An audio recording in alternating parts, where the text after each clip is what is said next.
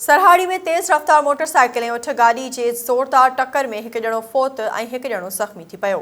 सरहाड़ी मां मेहदी रज़ा मरी जी रिपोर्ट मूजिबि सरहाड़ी चौदगी रोड ते ॻोठ मीर मोहम्मद मक्सी भरिसां तेज़ रफ़्तार मोटरसाइकिल ऐं उठ गाॾी में ज़ोरदार टक्कर थी पियो, जंहिं जे नतीजे में ॻोठ निदाम ब्रोही जो रहवासी मोटरसाइकिल सवार 26 वरियनि जो दिलदार ब्रोही फ़ौत ऐं फैज़ मोहम्मद ब्रोही ज़ख़्मी थी पियो। इतला ते सरहाड़ी पुलिस पहुची लाश ऐं ज़ख़्मी खे सरहाड़ी RHC अस्पताल पहुचायो, जिते ज़ख़्मी खे फर्स्ट एड ॾेई ज़ख़्मी खे सिम्स अस्पताल शहदादपुर मुंतक़िल कयो वियो।